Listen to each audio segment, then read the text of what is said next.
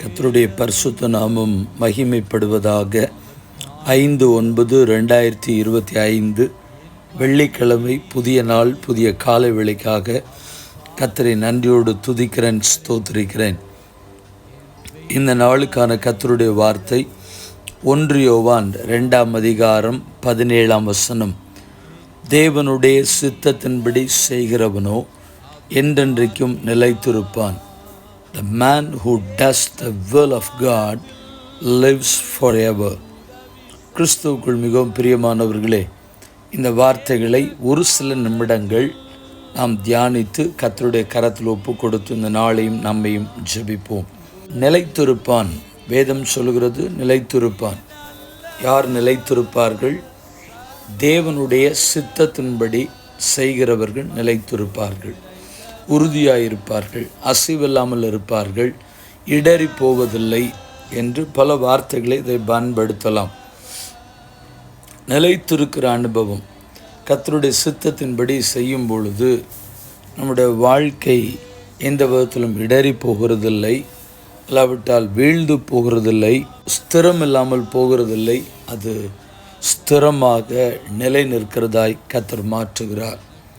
சங்கீதக்காரன் 24ஆம் சங்கீதத்தில் 3-4 வசனங்களை வாசிக்கும் பொழுது, யார் கர்த்தருடைய பர்வதத்தில் ஏறுவான், யார் அவருடைய பரிசுத்த ஸ்தலத்தில் நிலைத்திருப்பான், கைகளில் சுத்தம் உள்ளவனும் இருதயத்தில் மாசில்லாதவனுமாயிருந்து தன் ஆத்துமாவை மாய்க்கு ஒப்புக்கொடாமலும் கபடாய் ஆணையிடாமலும் இருக்கிறவனே. Who may ascend the hill of the Lord, who may stand in his holy place?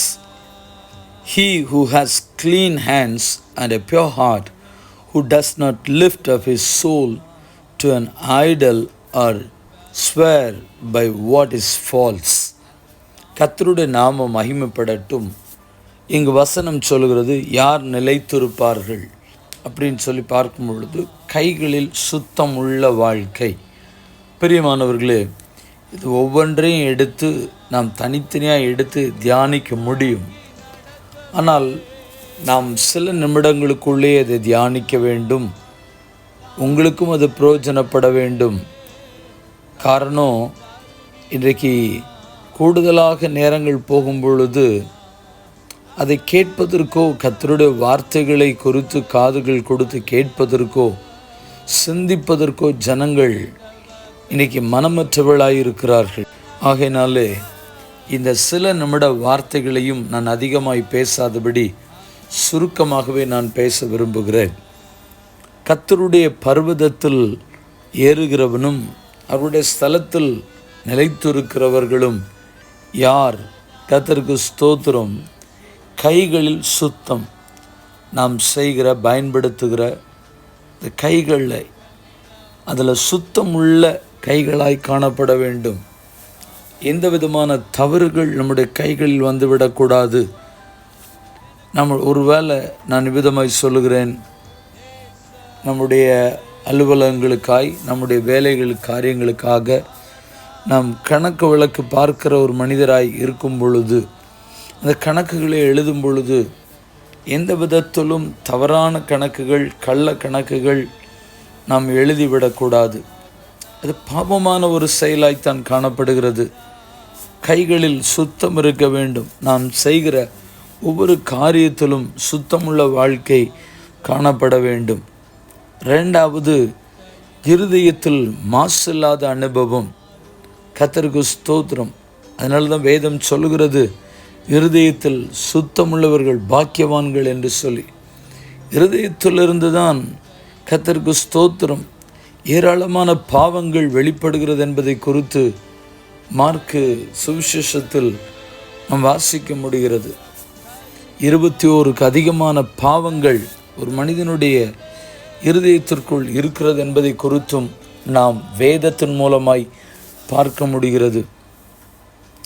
கைகளில் சுத்தம், 2வது இருதயத்தில் மாசில்லாதவனுமாய் தன்னுடைய ஆத்துமாவை மாயைக்கு ஒப்புக்கொடாமலும், அழிந்து போகிற காரியத்தின் மேல் தன்னுடைய ஆத்துமாவை அவன் நடத்துகிறவனாய் இராமல் அழிவில்லாத ராஜ்யத்தை பெற்றுக்கொள்ளும்படியாய் ஆத்துமா அழிவிற்கு நம்மை தப்புவிப்பதற்கு கர்த்தருக்கு மாயையான காரியங்களின் மேல் நம்முடைய ஆத்துமா நம்பிக்கை வைத்து விடக்கூடாது.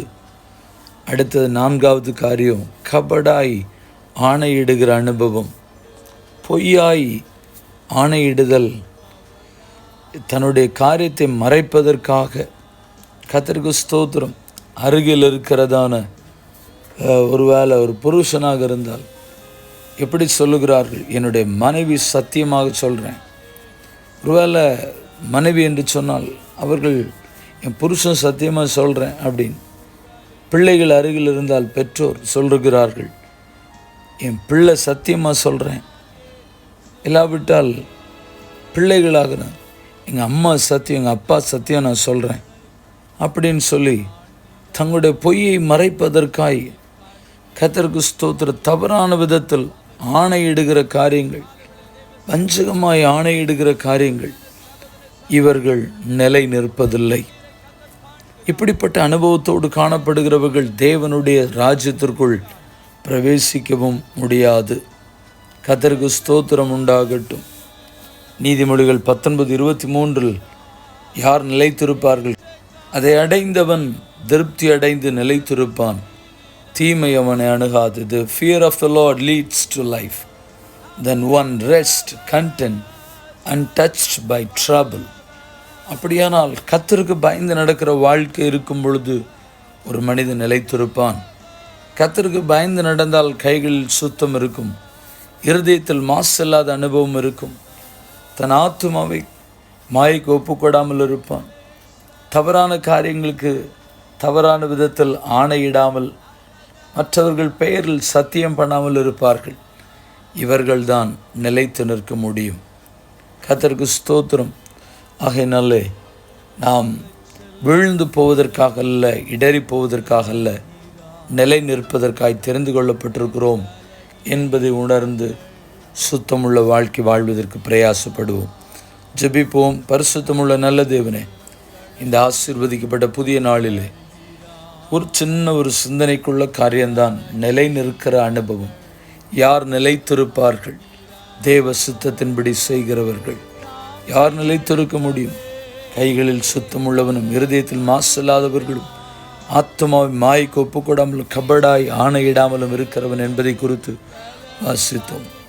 எங்களோட வாழ்க்கையும் இன்னுமாய் கர்த்தருக்கென்று பரிசுத்தமாய் வாழ்வதற்கு தத்தம் செய்து வாழ கிருபை செய்யும். ஜெபம் கேளும் ஜீவனுள்ள நல்ல பிதாவே, ஆமென்.